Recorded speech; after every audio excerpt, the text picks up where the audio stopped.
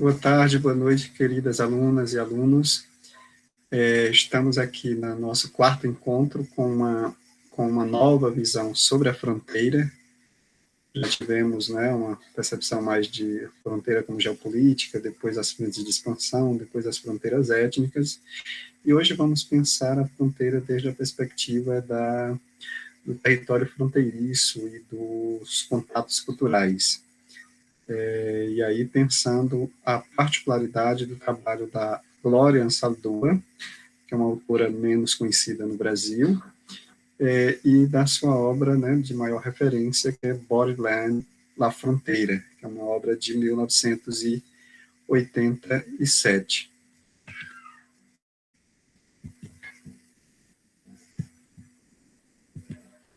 O livro Borderland, La Fronteira, essa é uma capa bem significativa, né, com a cara da própria Glória Ansaldúa, e um pouco assim, né, da trajetória da Glória Ansaldúa, a gente pode dizer que pensar no trabalho dela é pensar a partir da perspectiva dos ticanos, né? Ticanos que a gente pode entender como esses que, vamos dizer, descendentes de mexicanos que nasceram nos Estados Unidos ou que adquiriram a cidadania norte-americana, né? Então, ou seja, é neste âmbito da chamada cultura ticana, chamada cultura de fronteira entre os dois países, que a gente vai pensar a obra da Borderlands, La Fronteira. E aí é interessante a gente só situar um pouco a, a, a vida, né, da Glória Ansaldúa, que é filha de camponês na região do Vale, como ela diz, entre o rio Nuces e o rio Grande, ou seja, uma região que foi incorporada pelos Estados Unidos na guerra do século XIX. A gente fala um pouco mais daqui a pouco. E é justamente, ela já é a sétima geração, né, de pessoas nascidas nos Estados Unidos, e filha de camponês, né, com irmãos, sendo a mais velha, e com irmãos mais novos, e desde muito cedo viu as desigualdades de gênero no interior da própria família, assim como os preconceitos em relação à ideia de ticano. Portanto, é interessante a gente perceber quando a autora se propõe, né, a ser uma rebelde contra todo um conjunto de classificações e estigmas, ela está se posicionando fortemente diante dessa própria vida, né, no chamado Vale do Rio Grande. Ela também é a primeira, né, da geração familiar, das várias gerações dela, né, como ela diz, ela está na sétima geração, e saiu do Vale para estudar fora, né. Ela fez universidade na Panamérica, fez o curso de formação em literatura e com a língua inglesa, depois mestrado entre educação e língua inglesa, foi professora, né, do ensino médio, deu cursos nas universidades. No período que ela estava escrevendo esse texto, já não estava mais no Texas, estava na Califórnia. Então, é dentro deste âmbito do debate ticano e de outros debates que a gente vai já ver, que, de fato, essa obra pode ser inserida. E aí a gente parte para a ideia de quais foram as principais leituras da Glória Ansaldúa, ou seja, que influências, né, nas discussões variadas depois da publicação desse livro, e principalmente nas últimas décadas, a obra de Glória Ansaldúa tem exercido. E aí a gente pode aqui situar três âmbitos de estudos onde a autora tem sido estudada e tem sido pensada, né, de forma variada. A gente poderia dizer que na própria área dos estudos fronteiriços e na discussão, especialmente da ideia de zona de contato, de cultura de fronteira, de terra fronteiriça ou território fronteiriço, ela tem sido bastante discutida. E aí vale uma citação especial do trabalho da Mary Pratt, Olhos Imperiais, e o texto também, A Crítica à Zona de Contato, Nação e Comunidade Fora de Foco. Então, assim, ou seja, tem sido uma área em que, principalmente, essa questão da cultura de fronteira, do espaço não determinado, de uma cultura que vai muito além do limite fronteiriço, essa perspectiva tem sido bastante retomada desde o trabalho da Glória Sadua. A outra dimensão que a gente pode é dos estudos feministas e queer, né, principalmente para essas autoras, inclusive a autora brasileira Cláudia Costa, as autoras brasileiras Cláudia Costa e Eliana Ávila, que tem, né, pensado a partir dessa dimensão dos estudos feministas, coloca como uma autora que, de certa forma, mesmo que não falando dessa categoria, que ainda não estava ainda desenvolvida, né, bem desenvolvida naquele contexto da década de 80, é uma autora que, de fato, está trabalhando, mesmo sem expressar, com a ideia da interseccionalidade, no momento em que está pensando a simultaneidade de vários processos, né, de classe, de raça, de gênero, de nacionalidade, simultaneamente, na hora de pensar a questão da ideia, né, da ideia física e metafórica de fronteira. Então, acho que é uma linha também de estudos bastante significativa da obra de Glória Sadua. E uma terceira perspectiva é dos chamados estudos decoloniais e o denominado pensamento fronteiriço. E aí vale uma citação especial do trabalho do Walter Mignolo, que no famoso livro Histórias Locais, projetos globais, desenvolve toda uma discussão entre Glória Sadua e outros pensadores de diferentes continentes, pensando justamente essa questão do pensar entre línguas, pensar esse pensamento que ele está denominando de pensamento fronteiriço. Então, nesta linha aí de discussão, também a autora tem exercido influência. Claro que tem outras dimensões, outras linhas, mas o que eu acho assim mais central são essas três perspectivas de estudo da autora. Indo diretamente ao texto, a gente pode dizer que o livro Botlands La Fronteira, né, ou seja, o texto que vocês leram é o 7º capítulo desse livro, que foi traduzido no Brasil, pela Revista de Estudos Feministas. A primeira questão importante é essa experiência que a gente pode dizer a vida da Glória Sadua, né, a experiência da oralidade, de desde cedo ter se comunicado entre idiomas, né, ou seja, com a forte influência da fronteira, né, e da cultura mexicana. Desde muito cedo ela aprendeu espanhol, escutava músicas e cinema do México, e tudo isso foi tendo uma influência significativa. Por outro lado, a escola nos Estados Unidos, com língua inglesa, e nos ambientes de sociabilidade, as formas de língua local do Texas, né, o Tex-Mex, ou chamado, como é que se diz, dialeto texano. Então, ou seja, essas misturas linguísticas estão aí presentes na maneira como foi aprendendo e passou a vida sendo corrigida como se fosse uma língua menor, uma língua defeituosa, uma língua misturada, uma língua não legítima.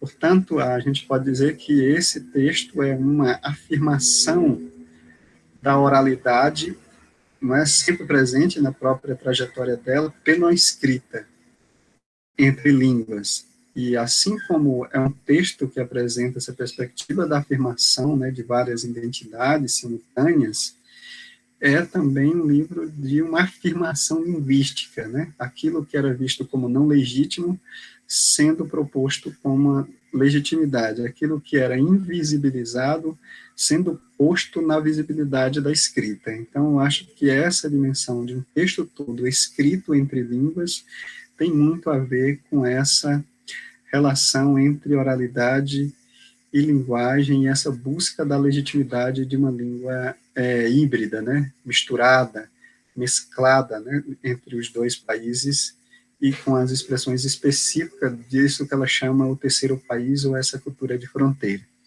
Eu acho que esse é um significativo importante da própria maneira, a própria escrita do livro ser expressão da discussão da consciência mestiça.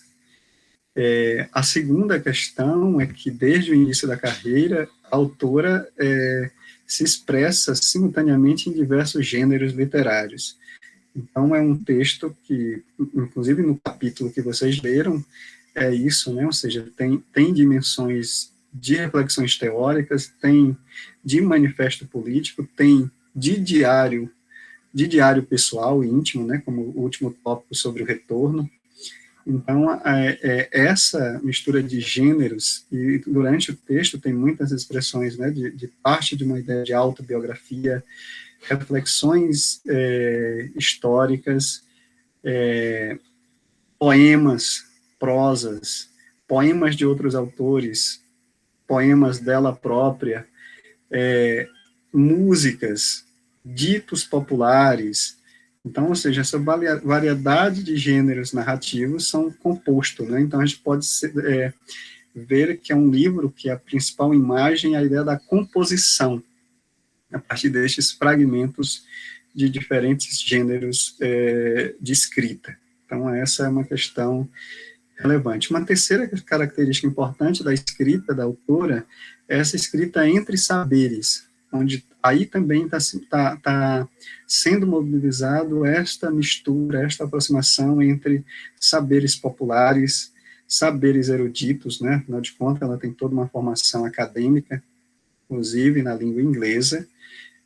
Essa questão dessa mistura entre o racional, o afetivo, o artístico e o espiritual, o religioso, né? Ou seja, as dimensões de um catolicismo popular e das expressões da espiritualidade indígena, estão todos mesclados nestes saberes na escrita da autora.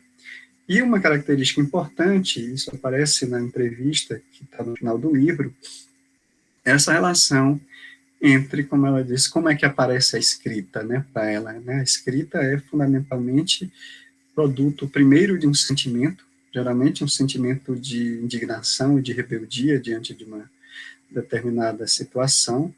Este sentimento se converte em imagens, em metáforas, e é a partir dessas metáforas que ela busca aí construir o relato escrito. Então, eu acho que essas dimensões da escrita são muito significativas no trabalho da Glória Ansaldúa. A terceira questão importante é a gente perceber que é uma autora, como aparece no texto que vocês leram, a ideia dos contraposicionamentos, né? Ou seja, os posicionamentos políticos bastante claros das autoras, e essa ideia das identidades de fronteira. Ou seja, esse se assumir simultaneamente como ticana mestiça, como mulher feminista, né, e de cor racializada, né, nesse contexto norte-americano, e uma mulher lésbica. Então, essas identidades aqui não estão separadas, são identidades simultâneas que ocupam o mesmo corpo. E aí é interessante a gente pensar primeiro, eu já falei um pouco da ideia da ticana, essa ideia da mestiça, né? Ou seja, entender aqui mestiça como uma posição de crítica. Por um lado, a ideia da ideologia da brancura, né? Do nacionalismo branco dos Estados Unidos, que negam ou menosprezam ou invisibilizam a presença ticana nos Estados Unidos. Então, a se afirmar como mestiça aí é esse contraponto ao nacionalismo branco racista. E, por outro lado, esse mestiça é também recuperar na dimensão do México o elemento apagado ou invisibilizado da cultura indígena, né? Ou seja, justamente, ou seja, no México tem muito fortemente essa ideia da ideologia da mestiçagem, mas está muito ligado principalmente ao domínio da cultura espanhola. Então, aí ela está justamente recuperando, pelo menos em termos de imaginário, ela está justamente recuperando essa dimensão mais forte do indígena, e da cultura indígena anterior à própria colonização espanhola. Também o mestiço não se resume à ideia de racial, né, a ideia de mestiçagem do ponto de vista biológico. Mestiçagem aqui é simultaneamente de raças, de culturas, de espiritualidades, né, de religiosidades. Portanto, neste conceito está sintetizado a ideia do híbrido, do sincretismo religioso, está tudo presente nessa noção que ela está tendo aqui de mestiçagem. Então, é importante a gente ver esse conceito pensado desde a fronteira e como um conceito mobilizador de crítica a um lado e outro da fronteira, tanto ao nacionalismo branco norte-americano, como a negação, em muitos momentos, dos elementos indígenas na cultura mexicana. Então, é nesse sentido aí que ela está mobilizando a categoria de mestiça.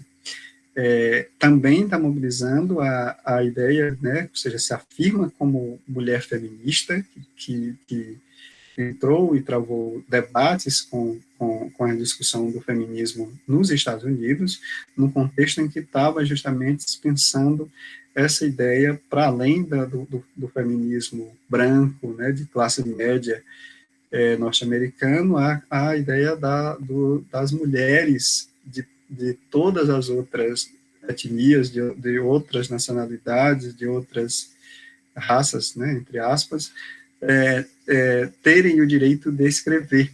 Não é? Ela organiza, no início dos anos 80, junto com a Cherry Moraga, um livro justamente pensando essa questão das escritas das mulheres, né, as escritas radicais das mulheres de cor. Então, ou seja, nesse sentido aí, que é também um livro que tem essa perspectiva de gênero bastante acentuada. E se afirma como uma mulher lésbica, que a partir deste lugar é capaz de criticar as dicotomias ainda muito presentes nas discussões mesmo de gênero entre masculino e feminino. Então, esta posição de ser ao mesmo tempo masculino e feminino, como ela diz, metade e metade, né? Metade e metade,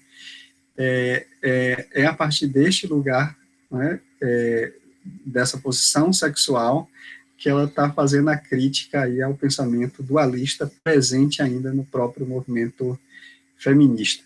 Então, esta frase aqui é bastante interessante dessa posição, né? Como mestiça eu não tenho país, minha terra natal me despejou. No entanto, todos os países são meus, porque eu sou irmã ou amante em potencial de todas as mulheres. Como uma lésbica, não tenho raça, meu próprio povo me rejeita. Né? E aí está falando, né, da rejeição no interior da própria cultura ticana. Mas sou de todas as raças, porque a quia em mim existe em todas as raças. Sou sem cultura, porque, como uma feminista, desafio as crenças culturais religiosas coletivas de origem masculina, dos indo, hispano e anglo, ou seja, que essa posição de problematização de uma cultura patriarcal, presente não somente na cultura mexicana e anglo-saxônica, mas também na própria cultura asteca. Então, é nesta dimensão aí que ela está mobilizando estas categorias para se posicionar. Então, é importante, ao mesmo tempo, essa posição singular, né, do lugar de fala, de onde ela está expressando essas identidades, esses posicionamentos políticos, e, ao mesmo tempo, esta característica de um pensamento mais amplo, né, mais englobante, capaz de sair do singular e alcançar uma perspectiva mais mais cosmopolita desde as posições subalternas. Então, eu acho que essa é uma característica muito importante do pensamento da Glória Ansaldo. A gente pode, então, perceber que o que a autora vai fazendo ao longo do livro é o que eu estou denominando aqui de contras narrativas da fronteira e desde a fronteira. Seria como ela vai aqui se posicionar. Primeiro, essa ideia de uma narrativa de afirmação existencial, né, como mulher ticana, né, que passou por todas as formas de apagamento, de vergonha e de humilhação, como que ela está aqui se concebendo principalmente a partir da noção de resistência e rebeldia, né, contra os estigmas e as invisibilidades presente, né? Portanto, é um texto de uma narrativa pessoal, que alguns autores chegam até a chamar de autobiografia, mas que eu acho que é muito mais do que isso, presente na narrativa do livro, né? Ou seja, esses fragmentos de autobiografia que vão e voltam durante os capítulos, como no capítulo mesmo que vocês viram, né? No final ali fica visivelmente essa questão de uma presença mais forte deste relato pessoal. Também uma contranarrativa simbólica, e a criação e expressão de novas significações.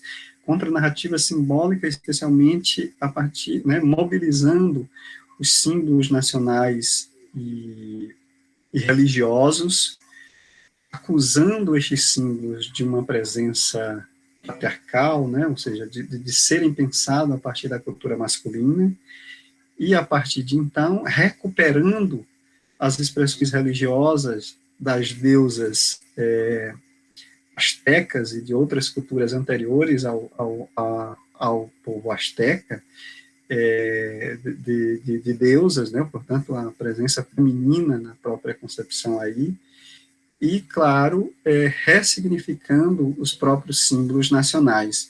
É interessante a gente ver aqui que todo o texto é uma perspectiva, né, descrita desde a serpente e não da águia, né, porque a própria simbologia da bandeira mexicana está, né, tá grafada com essa águia pegando a cobra, né, então para ela a águia justamente representa os valores masculinos do patriarcalismo dos próprios astecas, e que, por sua vez, vai se desdobrar também no patriarcalismo colonial. Então, ou seja, a serpente é isso que ela diz, né? Ou seja, é o lado do intramundo, o lado visto como perigoso, monstruoso, desde essa perspectiva da cultura masculina, e é justamente daí que ela tenta pensar, né, como diz aí, como aparece no próprio texto, né, enxergar tudo com olhos de serpente e de águia, ou seja, é a partir da serpente que ela olha a própria, né, e que ela, ou seja, é a partir da serpente, ou seja, deste lugar terreno, da terra, que ela está pensando aqui uma nova perspectiva de produção do conhecimento. Então, do mesmo jeito, aqui ela também, ou seja, do lado esquerdo aqui é a deusa asteca, né, ou seja, a deusa Coatlicue, e do outro lado a Guadalupe, que é como se fosse assim a santa nacional dos mexicanos. E aí ela vai justamente pensar de como que foi nesse sincretismo religioso que a própria Guadalupe aparece, né? Ou seja, recuperando determinados elementos desta deusa, mas ao mesmo tempo sendo destilada de todos os elementos de fertilidade, de sexualidade que estava presente na própria deusa asteca. Então, como ela diz, né, o primeiro passo é desaprender a dicotomia puta-virgem e enxergar o Atlit em Guadalupe, ou seja, fazendo este inventário religioso de ver os elementos de outras culturas anteriores a essa própria concepção religiosa cristã, como elementos importantes para desnaturalizar e apresentar um outro jeito de ler a própria história.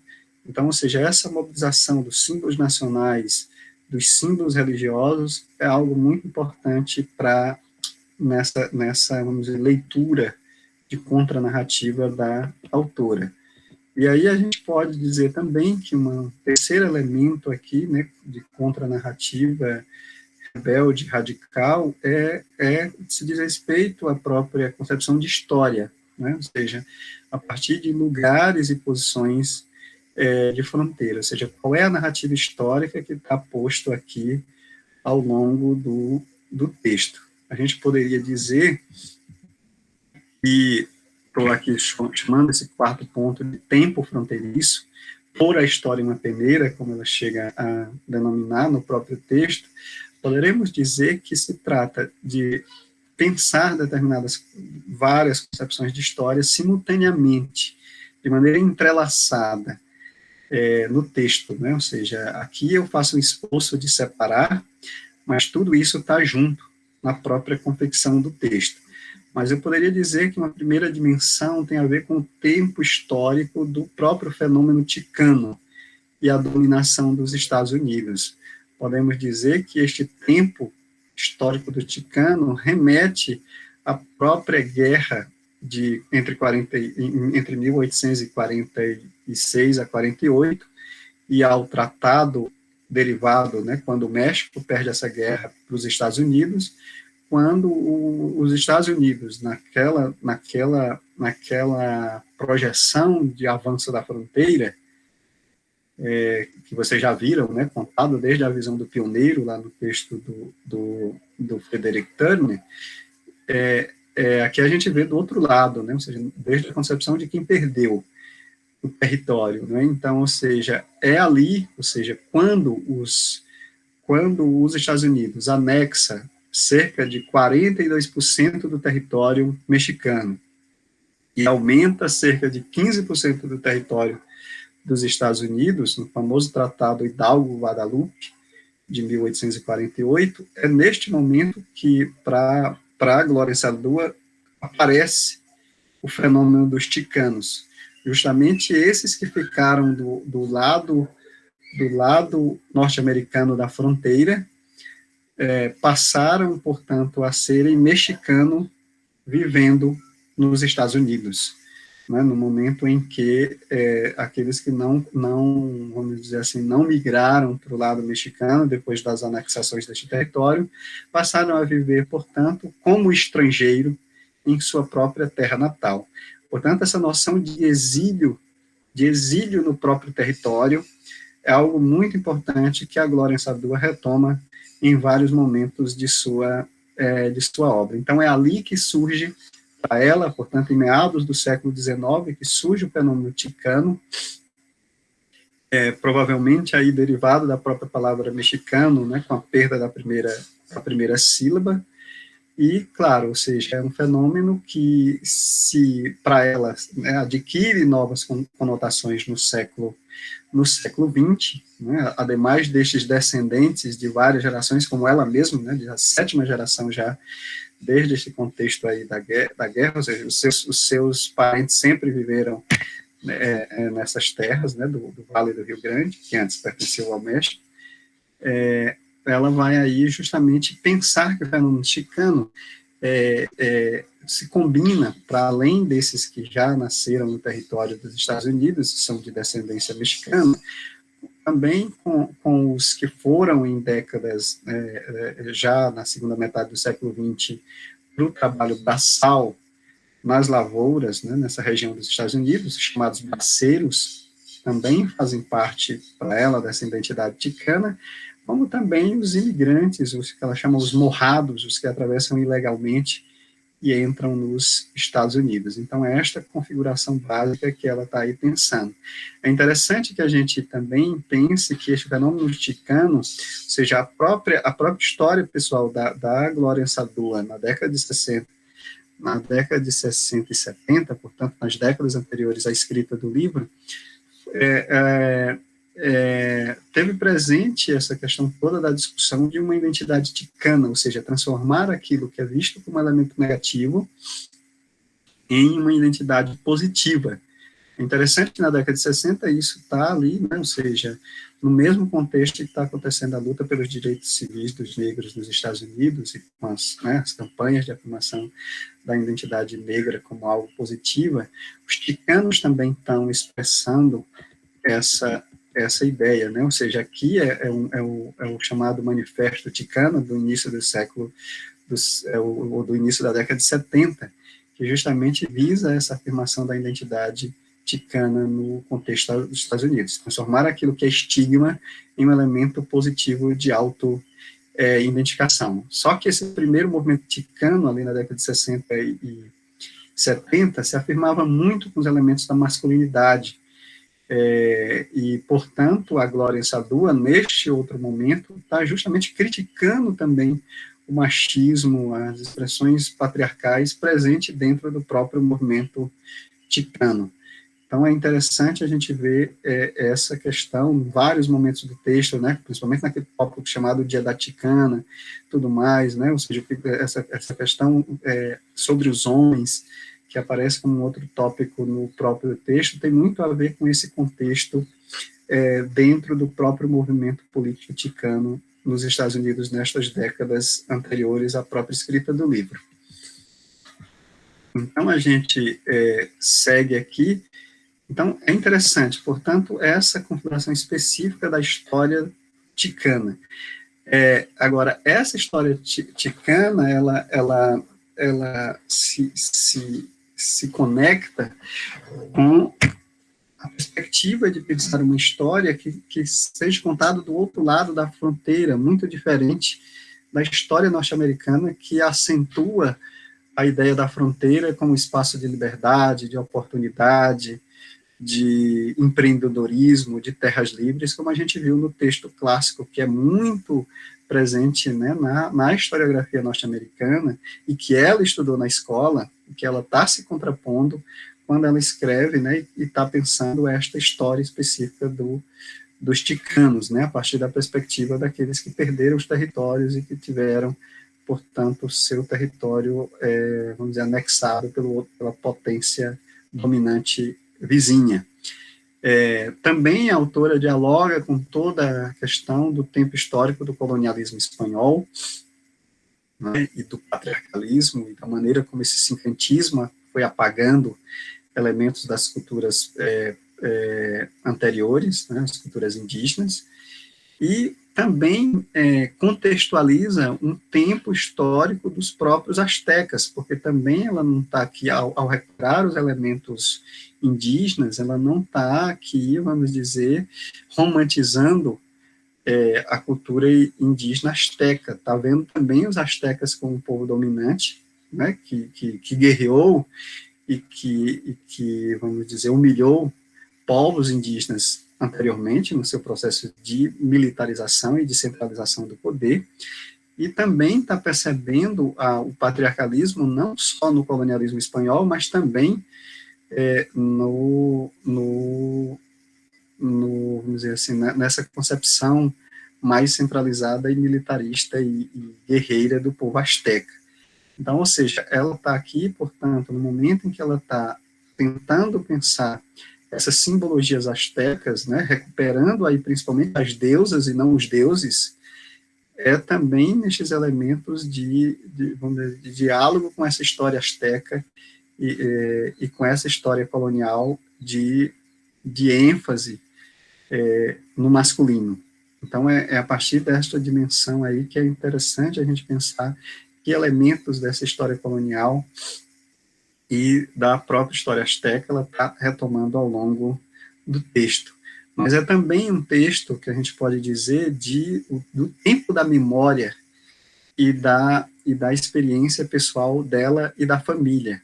Né? Vocês viram esse pouco relato aí no final do texto, né, desse retorno à terra natal, mas também em momentos aparece essa própria perda territorial, né, camponesa, quando a avó perde as pequenas, né, os sítios, né, no contexto ali do início do século XX, Então, essa perda de destituição da própria terra camponesa, da avó Ramona, como ela cita, tem a ver aí, portanto, com essa memória, não é, que atravessa gerações, né, entre a avó, a mãe e ela, não é, principalmente aí a partir da linhagem feminina. Assim como ela recupera a questão das deusas astecas, ela também, nessa narrativa da história familiar, está recuperando principalmente a narrativa desde a perspectiva das mulheres. Então, é interessante isso durante todo o texto. E a gente pode dizer que também aqui a gente tem um texto, uma espécie, né, de projeto político de uma história compartilhada e conectada dos subalternos. No momento que ela diz que é importante a gente aprender as lutas dos povos, né? Ou seja, os negros aprender a luta dos indígenas, né? Aprender a história da luta dos indígenas, dos LGBTs e por aí vai, assim como também aprender a história da América Latina, né? Nesse momento em que ela junta essa questão do ticano com essas expressões mais amplas de Latinoamérica, né? Então, ou seja, essa questão de uma história compartilhada desde a perspectiva dos subalternos, cruzada, né, conectada, dentro da ideia mesmo dela de ponte, né, de ponte histórica, aqui no caso, é algo muito interessante e que aparece aí na construção do texto. Aqui a gente parte para um outro ponto, que assim como a gente está pensando ali o tempo fronteiriço, a gente pode pensar um espaço fronteiriço no livro, né? Então, a primeira questão importante, e é como ela abre o próprio primeiro capítulo, é a questão da dimensão geopolítica desta fronteira México e Estados Unidos, ou seja, onde essa relação entre o passado e o presente, ali no tópico sobre o tempo, uma questão que a gente é importante dizer é que esse entrelaçamento entre passado, presente e futuro é muito importante na narrativa do que eu estou chamando, né, de tempo fronteiriço do tópico anterior. Aqui também está presente, né, ou seja, nesse momento em que ela vai apresentar esse espaço específico da fronteira México-Estados Unidos, ela começa justamente com uma frase que aparece essa dimensão contrastiva e de desigualdade e de formas de dominação fronteiriça, na famosa frase que abre o livro, né, chamada ferida aberta, né, fronteira México-Estados Unidos é uma ferida aberta onde o terceiro mundo se choca contra o primeiro e sangra. Ou seja, nesse sentido aqui, que justamente a gente tem a ideia mais forte, né, da própria metáfora da ferida aberta e de toda essa busca ao longo do texto de cicatrizar essas feridas abertas, né? Então, ou seja, essa dimensão geopolítica, né, deste território da guerra, né, onde surge a própria noção de ticano, e as constantes como é que se diz, humilhações dos próprios imigrantes, e a própria construção do muro, como aparece em alguns poemas, né, das primeiras, vamos dizer assim, ali não estava ainda, né, as cercas, mas os primeiros trechos, né, de tentativa aí de dividir os dois países, ela está ali pondo, né, na própria escrita. Então, eu acho que uma outra dimensão importante é essa né, que ela teve bastante influência nos estudos fronteiriços, que é pensar a borderland, não simplesmente border como limite, mas essa terra fronteiriça, esse território fronteiriço mais amplo, indefinido, uma cultura fronteiriça que se mistura entre os dois países e forma um terceiro, que ela chama um terceiro espaço, um terceiro país, que aí é justamente quando ela pontua a ideia dessa noção de borderland, né, como essa terra natal.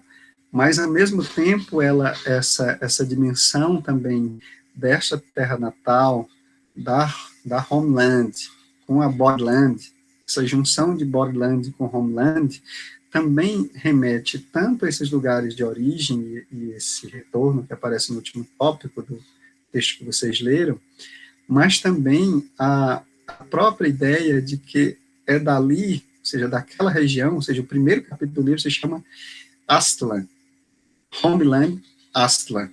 E Aztlán é uma referência justamente à origem do próprio povo asteca, né, ou seja, que segundo os relatos históricos que ela traz, ou seja, foi justamente nessa região entre o México e os Estados Unidos, nessa região do Vale, que este povo viveu há cerca de 25 mil anos. E, portanto, ela está aí buscando também raízes mais profundas na história dessa própria região. Assim também como uma ideia, né, de uma ancestralidade mais forte, né?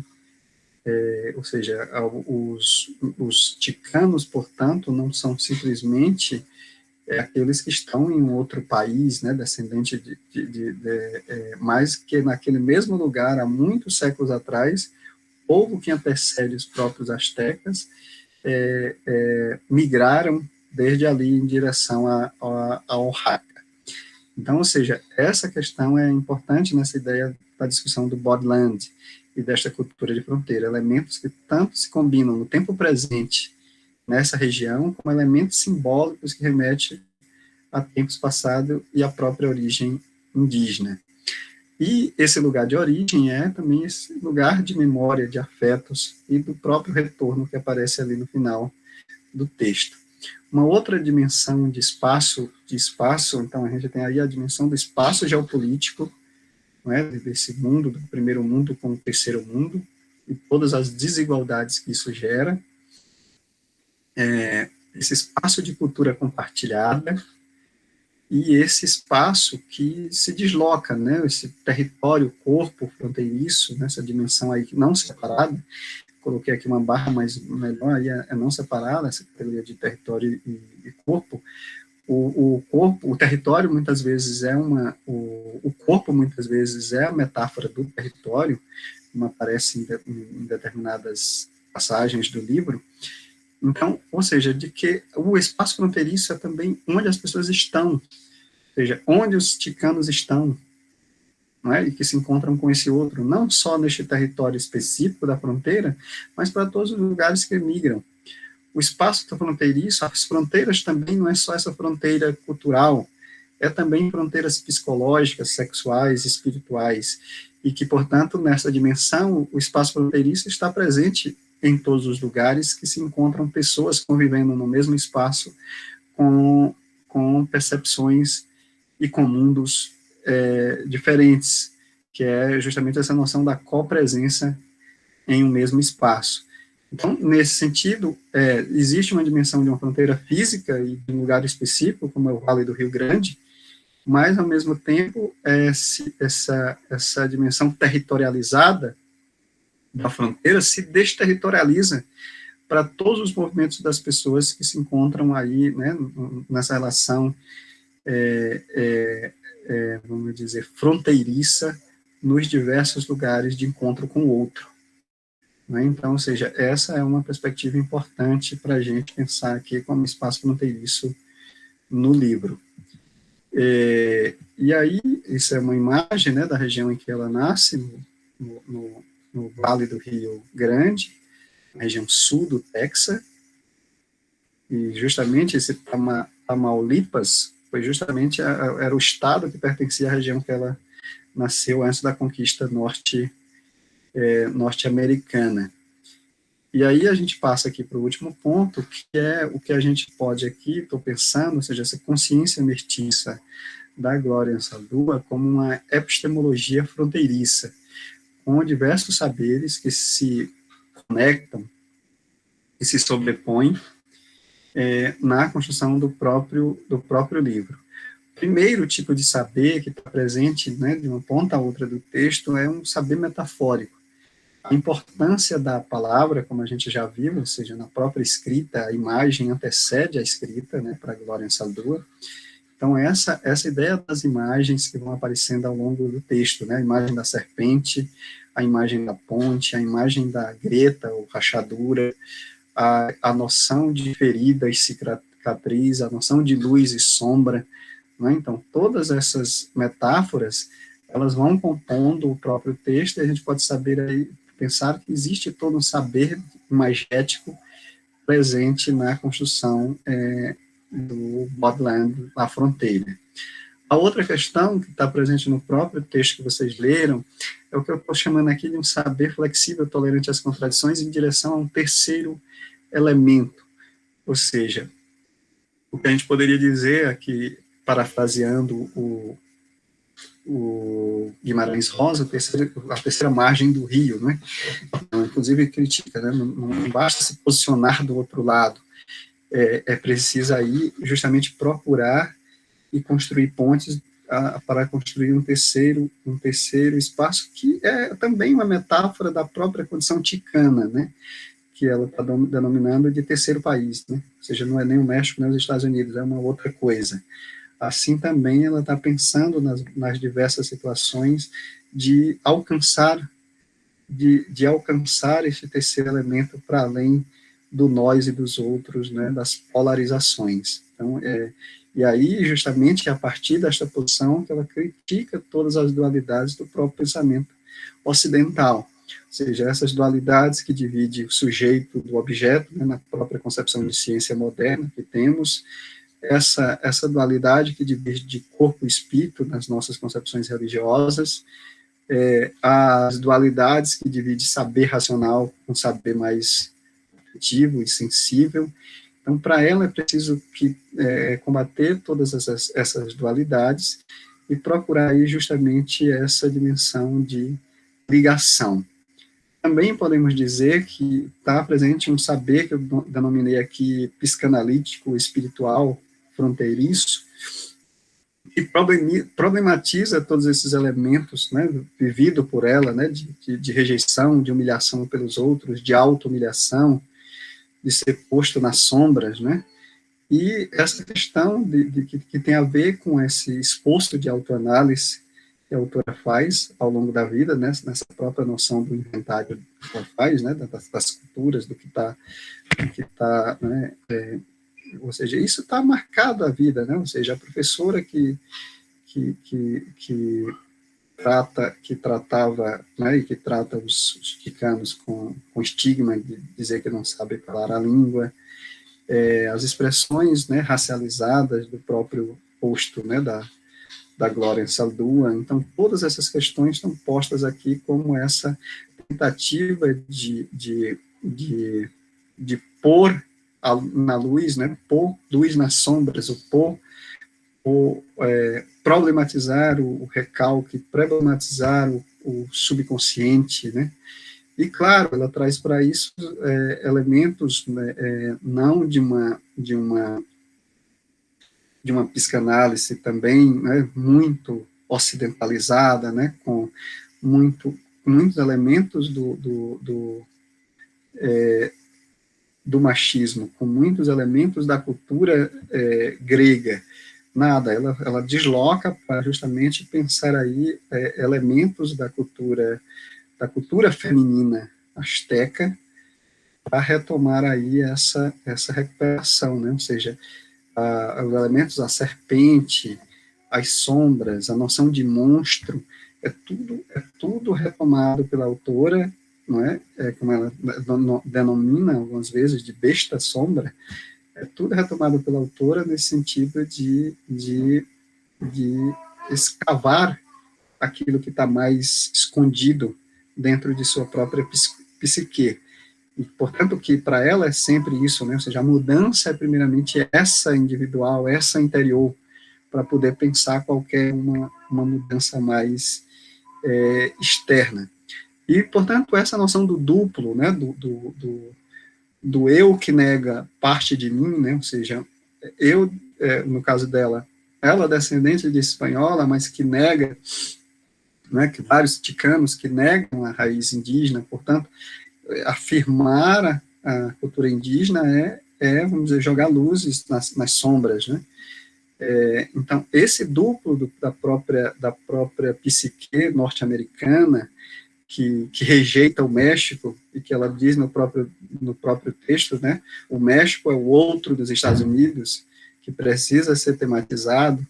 Então, ou seja, a gente pode dizer aí que tem este saber, vamos dizer, psicanalítico espiritual, desde uma espiritualidade indígena, que a autora está aqui tentando pensar.